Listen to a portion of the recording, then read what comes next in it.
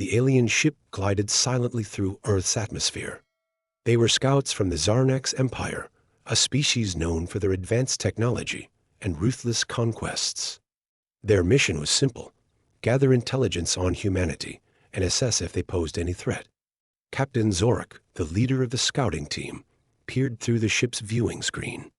Below, Earth looked peaceful, its blue oceans and green lands a stark contrast to the harsh, metallic world the Zarnaxians called home. "Prepare to descend," Zorak commanded. "We need to blend in and observe without being noticed." The ship's stealth systems activated, rendering it invisible to human eyes and radar. It descended smoothly, landing in a secluded forest near a bustling city. Zorak and his team exited the craft, their cloaking devices making them appear as nothing more than shimmering air. They moved towards the city, drawn by a peculiar sound that grew louder as they approached. "What is that noise?" Zorak wondered aloud. "It appears to be some form of human celebration," said Lieutenant Vex, scanning the area with his advanced sensors. "They call it a concert." The scouts moved closer, finding a large open-air venue filled with humans. A stage dominated the center, where musicians played instruments and people danced to the rhythmic beats.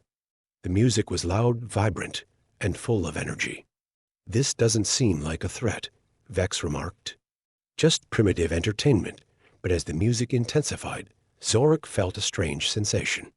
His head began to throb, and his vision blurred. He glanced at his team, noticing they too were struggling. "Something's wrong," Zorak managed to say before collapsing. The humans were oblivious to the aliens' plight. To them, it was just another night of fun and music. But for the Zarnaxians, it was a nightmare. The frequencies emitted by the instruments were interfering with their neural pathways, causing them immense pain. Zorak's team lay incapacitated, unable to move or communicate. The concert continued, its powerful sound waves washing over them, rendering their advanced technology useless. Hours later, as the music finally died down and the crowd dispersed, Zorak struggled to his feet. The pain had subsided, but the memory of its intensity remained. "We need to report this," he said weakly. "The humans have weaponized their music." The team stumbled back to their ship, barely making it inside before collapsing again. The ship's medical systems worked to stabilize them, but Zorak knew they had to warn the Empire. "Send a message to High Command," he ordered. "Tell them what we've discovered." As the ship's communication system transmitted the urgent report, Zorak couldn't shake the feeling of dread. Humans, with their simple instruments and joyful melodies, had created something powerful enough to incapacitate his elite team. "Prepare for takeoff," Zorak commanded. "We need to leave before they discover us." The ship ascended, leaving the peaceful Earth behind. But Zorak knew this was only the beginning. The Zarnax Empire would not ignore such a threat. They would investigate, and if necessary, neutralize the danger. Back on Earth, the humans continued their lives, blissfully unaware of the aliens' encounter with their music. For now, the world remained safe. But Zorak knew it wouldn't last. The Zarnaxians would return, and next time, they would be ready. As the ship sped away from Earth, Zorak's mind raced. How could something so simple be so deadly? He had to find out. And when he did, the Zarnax Empire would have the ultimate weapon. Little did he know, the humans were just getting started. Their music was more than just a weapon. It was a testament to their creativity and resilience.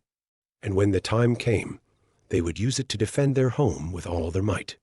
Back on Zarnax Prime, the High Command received Zorak's message with a mix of skepticism and curiosity. Weaponized music? It sounded absurd, yet the evidence was irrefutable. The recordings from Zorak's team showed them writhing in pain during the concert, incapacitated by the sound waves. Commander Threx, a seasoned strategist, convened an emergency meeting. "We must understand this human weapon," Threx declared. "If their music can disable our best scouts, it poses a significant threat," the Council agreed. They decided to send a larger, more equipped team to Earth. This time, they would be prepared to study the phenomenon and, if possible, harness it for their own use. On Earth, life continued as usual. In the heart of the city, the venue where the concert took place was quiet, but the energy lingered. Humans went about their day, unaware of the alien eyes watching them. The new Zarnaxian team, led by scientist Wheeler, arrived undetected. Unlike the previous team, they carried advanced protective gear, designed to shield them from the harmful effects of the sound waves. Spread out, Wheeler instructed. We need to gather as much data as possible. The team infiltrated the city, blending in seamlessly with the human population. Their mission was clear: understand how humans weaponize their music and determine its potential applications. Wheeler focused on the concert venue. He scanned the area, analyzing the residual frequencies left behind by the powerful music. His sensors picked up traces of complex sound waves that resonated at a frequency uniquely harmful to Zarnaxian physiology. "This is fascinating," Wheeler muttered, recording his findings. The humans have discovered a way to manipulate sound at a molecular level. Meanwhile, another team member, Arik, infiltrated a music store. He observed humans testing various instruments, noting the different sounds each one produced. The store was filled with guitars, drums, and keyboards, simple devices that, in human hands, became potent weapons. Arik picked up a guitar, strumming it experimentally. The sound was pleasant to human ears, but carried a hidden potency that Arik could sense. He recorded the vibrations, hoping to analyze them further back on the ship. As night fell, the Zarnaxians regrouped, their data collection complete. They retreated to their hidden ship, eager to share their findings with Wheeler. "Humans use these instruments to create a wide range of frequencies," Wheeler explained. "Each instrument can be tuned to produce sound waves that, when combined, form a powerful weapon." The team was impressed, but also concerned. If humans had discovered this by accident, what else could they achieve with focused intent? "We must report this to High Command immediately," Wheeler said. "Our findings are too important to delay." Back on Zarnax Prime, Commander Threx received Wheeler's report with a mix of awe and apprehension. The data confirmed their worst fears. Humans had unwittingly created a weapon that could cripple Zarnaxian technology and biology. "We need to neutralize this threat," Threx decided, "but we must also understand it fully. There is potential here for us to develop similar technologies." Wheeler's team was ordered to remain on Earth and continue their research. They would blend in with human society, attending more concerts and studying the instruments in greater detail. Their goal was to uncover the secret behind the weaponized music and find a way to replicate or counter it. Meanwhile, on Earth, the humans continued their daily lives, blissfully unaware of the aliens living among them. They played their music, went to concerts, and enjoyed the simple pleasures of life. But the Zarnaxians were watching, learning, and planning their next move. Wheeler knew that time was of the essence. The humans had stumbled upon a powerful weapon, and it was only a matter of time before they realized its full potential.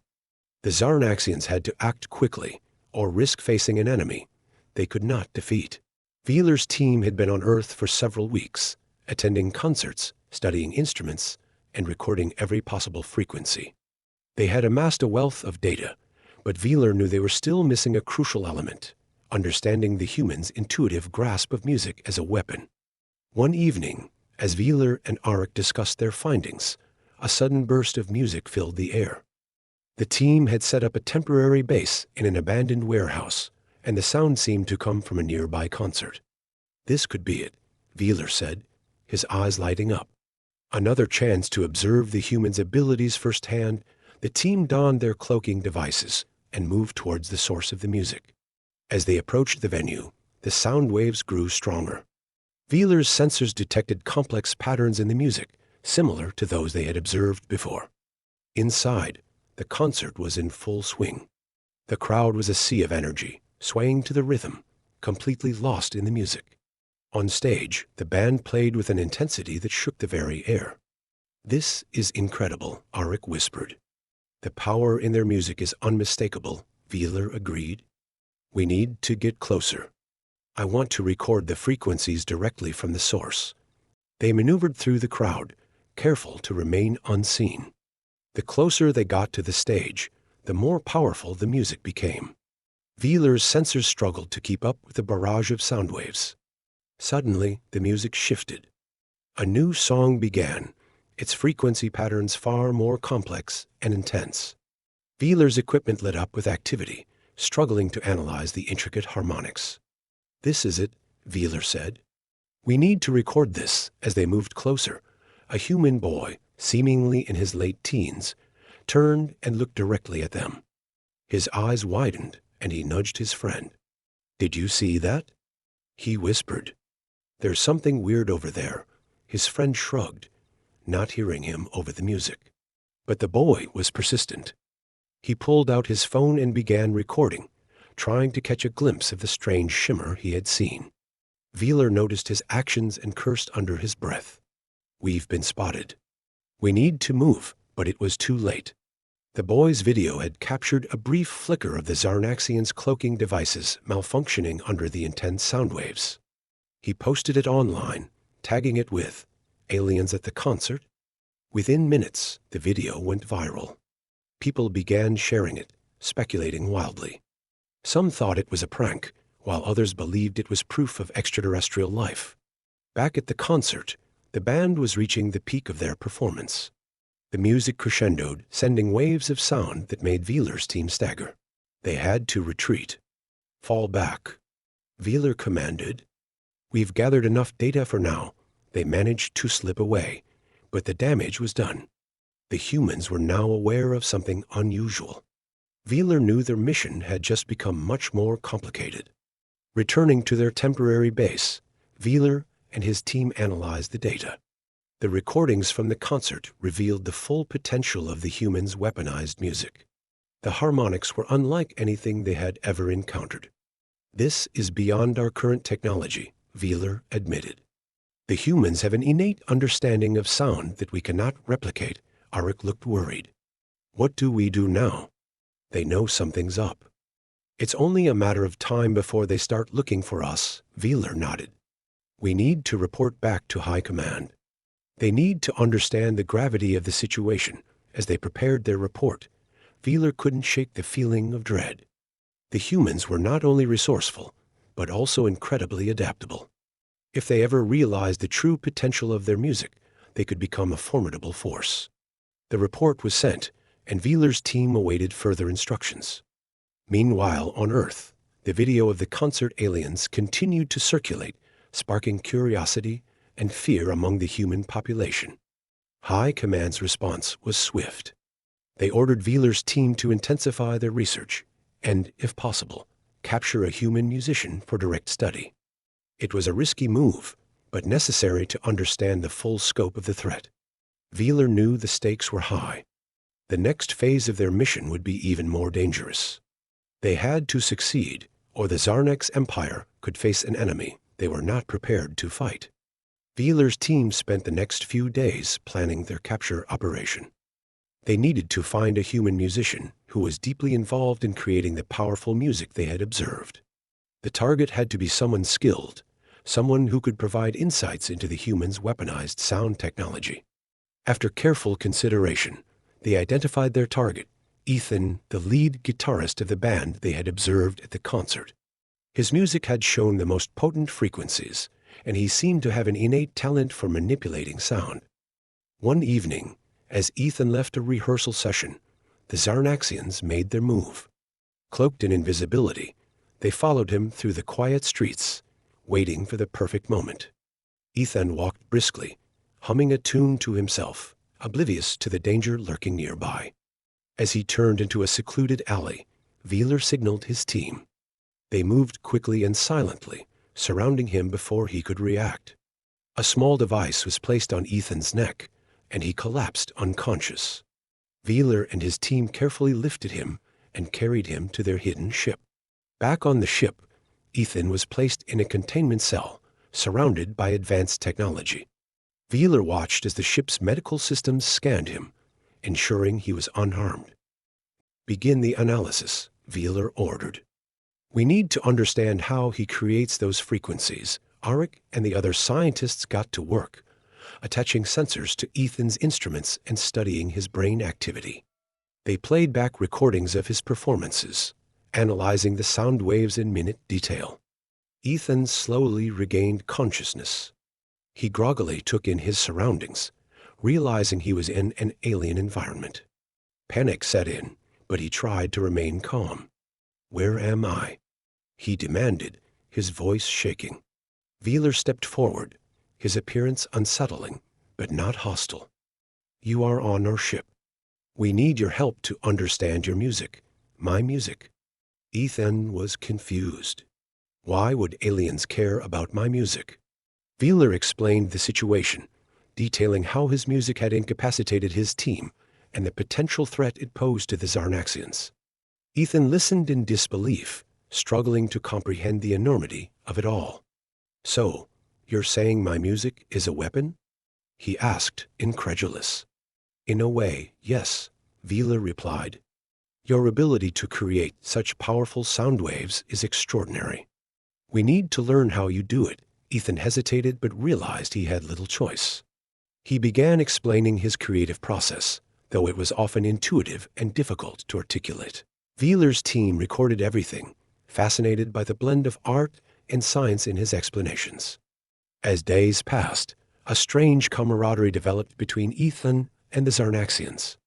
He taught them about human music theory, while they shared insights into their advanced technology. Ethan's fear gradually subsided, replaced by curiosity and a desire to understand. One night, while Ethan was resting, the Zarnaxian ship received an urgent message from High Command. The humans had discovered the location of the alien ship through the viral video and were planning a rescue mission. "We need to leave immediately," Wheeler said, alarmed. "The humans are coming." The ship's engines roared to life as they prepared for takeoff. Ethan, sensing the urgency, realized his friends might be in danger. He approached Wheeler, determined. "I need to warn them," he said. "They don't know what they're dealing with." Wheeler hesitated, but knew he was right. He handed him a communication device. "Use this. Tell them to stand down." Ethan quickly contacted his bandmates, explaining the situation as best as he could. They were skeptical, but trusted his judgment. "We'll hold off," they agreed. "But be careful, Ethan." As the ship ascended, Wheeler looked at Ethan with newfound respect. "You've helped us understand a great deal, Ethan." "Thank you," Ethan nodded, still processing everything that had happened. "What now?" he asked. "We return to Zarnax Prime," Wheeler replied. "There we will continue our research, but we will also ensure your safety." "You have my word." The ship left Earth's atmosphere, heading for the Zarnaxian homeworld. Ethan watched as his planet grew smaller, wondering what the future held. He had forged an unlikely bond with these aliens, and now his music might hold the key to a peaceful coexistence or a new form of conflict. As they sped through space, Wheeler and his team continued their analysis, while Ethan played his guitar, his music resonating through the ship. It was a melody of hope, bridging the gap between two worlds. The Zarnaxian ship sped through the vastness of space, its advanced propulsion systems cutting through the void with ease. Inside, Ethan continued to play his guitar, the notes echoing softly throughout the vessel. Wheeler and his team meticulously analyzed every frequency, every harmonic, trying to understand the source of its power. As they approached Zarnax Prime, Wheeler turned to Ethan. "We are nearing our homeworld. When we arrive, you will be taken to our central research facility. There, we can continue our work in a more controlled environment." Ethan nodded, his emotions a mix of anxiety and curiosity. "I understand. I just hope we can find a way to use this knowledge for good." Wheeler's expression softened. "That is our hope as well, Ethan." The ship entered the atmosphere of Zarnax Prime, a world of towering spires and advanced technology. The skyline was a blend of sleek buildings and shimmering lights, a testament to the Zarnaxians' technological prowess. The ship landed smoothly at the Central Research Facility, a sprawling complex dedicated to scientific advancement. Ethan was escorted inside, his surroundings a stark contrast to anything he had seen on Earth. Scientists and researchers, clad in intricate uniforms, greeted him with a mixture of awe and curiosity. They led him to a spacious lab equipped with the latest technology. Wheeler and his team set up his instruments, ensuring everything was ready for the next phase of. For the next few days, Ethan and the Zarnaxians worked tirelessly. He played his guitar, demonstrating different techniques and styles, while the scientists recorded and analyzed every detail. The Zarnaxians were fascinated by his ability to create such powerful sound waves with seemingly simple tools. One evening, as Ethan was strumming a particularly complex melody, Wheeler approached him with a thoughtful expression. "Ethan," he began, "we've made significant progress, but there is something we need to discuss. Our leaders are concerned about the potential military applications of your music. They fear it could be used against us." Ethan paused, his fingers hovering over the strings. "I understand their concern, but music is meant to bring people together, not tear them apart. We have to find a way to use it for peace." Wheeler nodded. "That is our goal as well. But we must be prepared for all possibilities. There is one more test we need to conduct." Ethan listened as Wheeler explained the final experiment. They would simulate a battle scenario, using his music to see if it could incapacitate Zarnaxian technology without causing harm to living beings. It was a delicate balance, but necessary to understand the full potential of the weaponized sound. The next day, the simulation was set. Ethan stood on a platform, his guitar connected to an array of sensors and amplifiers. Across the room, a series of Zarnaxian drones and machines were activated, ready for the test. "Begin the simulation," Wheeler commanded. Ethan started to play, his fingers dancing across the strings with precision. The music filled the room, its frequencies resonating with the machinery. At first, nothing happened. Then the drones began to shudder, their systems disrupted by the powerful sound waves. The Zarnaxian scientists watched in awe as Ethan's music incapacitated the machines, rendering them useless. But the real test was yet to come. Wheeler and a few other Zarnaxians stepped forward, wearing protective gear to monitor the reactions. Ethan continued to play, his music reaching a crescendo. The frequencies intensified, targeting the neural pathways of the Zarnaxians. Wheeler and his team braced themselves, but to their surprise, the protective gear worked. They felt a mild discomfort, but nothing debilitating. "It's working," Wheeler said, his voice strained but clear. "The music is affecting the machines, but not harming us directly." Ethan slowed his playing, bringing the song to a gentle conclusion. The room fell silent, the last notes hanging in the air. The scientists erupted in applause, impressed by the success of the experiment. Wheeler approached Ethan, his expression one of genuine admiration. "You've done it, Ethan. We've found a way to use your music as a weapon without causing unnecessary harm. This could be the key to a new form of defense." Ethan smiled, relief washing over him. "I'm glad it worked. But remember, music is more than just a weapon. It's a way to connect, to communicate. Let's use it wisely." Wheeler nodded in agreement. "We will. And perhaps through this understanding, our worlds can find a path to peace." As they continued their work, Ethan felt a renewed sense of purpose. He had come to Zarnax Prime as a captive, but now he was a collaborator, working towards a future where music could be a bridge between worlds rather than a weapon of war. With the successful simulation behind them, Ethan and the Zarnaxians continued their collaboration. News of their progress spread quickly throughout Zarnax Prime, reaching even the highest echelons of power. The Zarnaxian leaders were cautiously optimistic, seeing the potential for both defense and diplomacy in this new technology. However, not everyone was pleased with the idea of working with a human. Some factions within the Zarnaxian military saw Ethan as a threat and believed that his music should be controlled strictly as a weapon, not as a tool for peace. One evening, as Ethan and Wheeler were fine-tuning the frequency modulation of his guitar, an urgent message came through the communication system.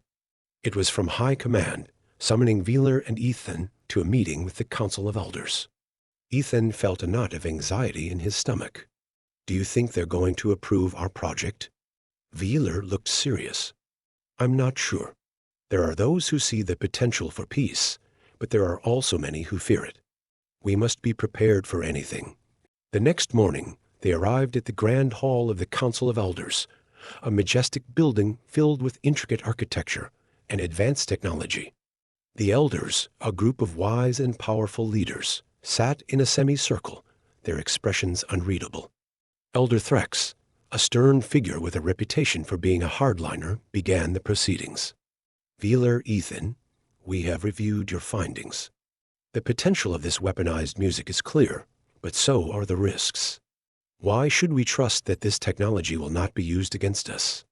Ethan stepped forward, his voice steady despite his nerves. Elders, I understand your concerns. Music has always been a means of expression and connection for humans. While it can be powerful, it can also bring us together. I believe that by working together, we can ensure it is used for peace, not destruction. The elders listened intently as Velar presented the technical details and potential safeguards they had developed. The debate was intense, with some members arguing for immediate weaponization and others advocating for more diplomatic approaches. Just as the discussion reached its peak, an alarm sounded throughout the hall. The Zarnaxians were under attack. A young officer burst into the room, breathless. Elders, a rogue faction has launched an assault on the city. They believe that by seizing the weaponized music technology, they can overthrow the council and take control. The room erupted in chaos. Velar turned to Ethan, his face grim. We need to act fast. If they get their hands on our research, it could spell disaster. Elder Threx, despite his initial skepticism, saw the urgency. Velar Ethan, take whatever you need and stop this faction. Prove to us that this music can be our salvation, not our doom. Velar and Ethan rushed back to the lab, gathering their equipment and preparing for the confrontation. The rogue faction, led by a dissident named Korax, was already making their way through the city, their advanced weaponry causing destruction in their wake. Ethan tuned his guitar, his hands shaking slightly. I've never used my music like this before. What if it doesn't work? Velar placed a reassuring hand on his shoulder. You've done it before, Ethan. Trust in your abilities. We believe in you. As they reached the outskirts of the city, they could see the rogue forces advancing. Ethan took a deep breath and began to play. The music filled the air, its powerful frequencies resonating with the rogue machinery. One by one, the enemy drones and vehicles started to falter, their systems disrupted by the sound waves. Korax, seeing his forces crumble, roared in frustration. He charged towards Ethan, weapon drawn. Velar intercepted him, the two clashing in a fierce battle. Ethan focused on his music, pouring his heart and soul into each note. The sound waves grew stronger, more precise, targeting the rogue forces without harming the civilians nearby. The tide of the battle began to turn. Finally, Korax was subdued, his forces in disarray. The rogue faction retreated, their plans foiled by the very technology they sought to control. As the dust settled, the citizens of Zarnex Prime emerged from their shelters, cheering for their unlikely hero. Ethan, exhausted but triumphant, looked around at the smiling faces and felt a sense of hope. Velar, bruised but victorious, approached him with a smile. You did it, Ethan. You proved that music can be a force for good. The Council of Elders, having witnessed the battle firsthand, convened once more. This time, their decision was unanimous. The project would continue, not just as a weapon, but as a symbol of unity and cooperation between Earth and Zarnax Prime. Ethan stood before the council, his heart filled with gratitude. Thank you for believing in us. Together, we can create a future where music brings us together, rather than tearing us apart. Elder Threx nodded, his expression softened. You have shown us the power of harmony, Ethan. We look forward to a new era of peace and collaboration. As Ethan and Velar walked out of the Grand Hall, the city buzzing with newfound hope, they knew their journey was far from over. But for now, they had taken the first step towards a brighter future, united by the universal land. The aftermath of the battle brought a profound sense of change to Zarnex Prime. Ethan and Velar's successful defense against the rogue faction had proven the potential of weaponized music, but more importantly, It had demonstrated the possibility of peace through cooperation. The Council of Elders, once divided, now stood united in their decision to pursue a peaceful alliance with Earth. Over the following weeks, Ethan continued to work with the Zarnaxians, refining the technology and exploring new applications for the sound-based defense system. Wheeler and his team were constantly at his side, their bond growing stronger with each passing day. One morning, as Ethan was adjusting the settings on his guitar, a message came through from Earth. It was from his bandmates who had been eagerly awaiting news. "Hey, Ethan, we heard about what you did. The whole world is talking about it. They're calling you a hero. When are you coming home?" Ethan smiled at the familiar voices. "I'll be home soon. We've made amazing progress here, and I can't wait to share it with you all." Wheeler approached him, sensing the bittersweet nature of his message. "You've done incredible work here, Ethan. But I understand if you feel it's time to return to Earth." Ethan nodded. "I do miss home, but I also feel like there's still so much we can achieve together. Maybe it's time to bring our worlds closer." With the Council's approval, a delegation from Earth was invited to Zarnax Prime.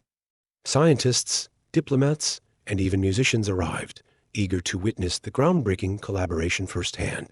The city buzzed with excitement as humans and Zarnaxians exchanged ideas, forging new bonds and deepening their understanding of each other's cultures. One evening, a grand concert was organized to celebrate the newfound alliance. Ethan stood on stage, his guitar ready, as Wheeler and the Zarnaxian musicians joined him with their own instruments. The air was electric with anticipation. As Ethan struck the first chord, the music resonated through the crowd, a harmonious blend of human and Zarnaxian melodies. The powerful frequencies, once seen as a potential weapon, now symbolized unity and peace. The audience, a mix of humans and Zarnaxians, swayed to the rhythm, their differences forgotten in the face of the universal language of music. The concert was a resounding success, and the collaboration between Earth and Zarnax Prime continued to flourish. Joint research initiatives were established, exploring not only the potential of sound technology, but also other areas of mutual interest. The two civilizations learned from each other, growing stronger together. Ethan decided to stay on Zarnax Prime for a while longer, his heart torn between two worlds. He worked tirelessly with Wheeler and his team, pushing the boundaries of their research. Together, they developed new technologies that could benefit both their peoples, always with an eye towards peace and cooperation. As months turned into years, the alliance between Earth and Zarnax Prime became a beacon of hope in the galaxy. Other civilizations took notice, inspired by the partnership that had grown from such an unlikely beginning. The once feared weaponized music became a symbol of what could be achieved when different worlds worked together. One day, as Ethan and Wheeler walked through the bustling streets of Zarnax Prime, they paused to listen to a street musician playing a familiar tune. The melody was a mix of human and Zarnaxian influences, a perfect representation of their shared journey. Wheeler turned to Ethan, his eyes filled with admiration. "You've changed our world, Ethan. And mine. I cannot imagine a future without your music, your spirit." Ethan smiled, feeling a deep sense of fulfillment. "We did it together, Wheeler. And there's still so much more to explore."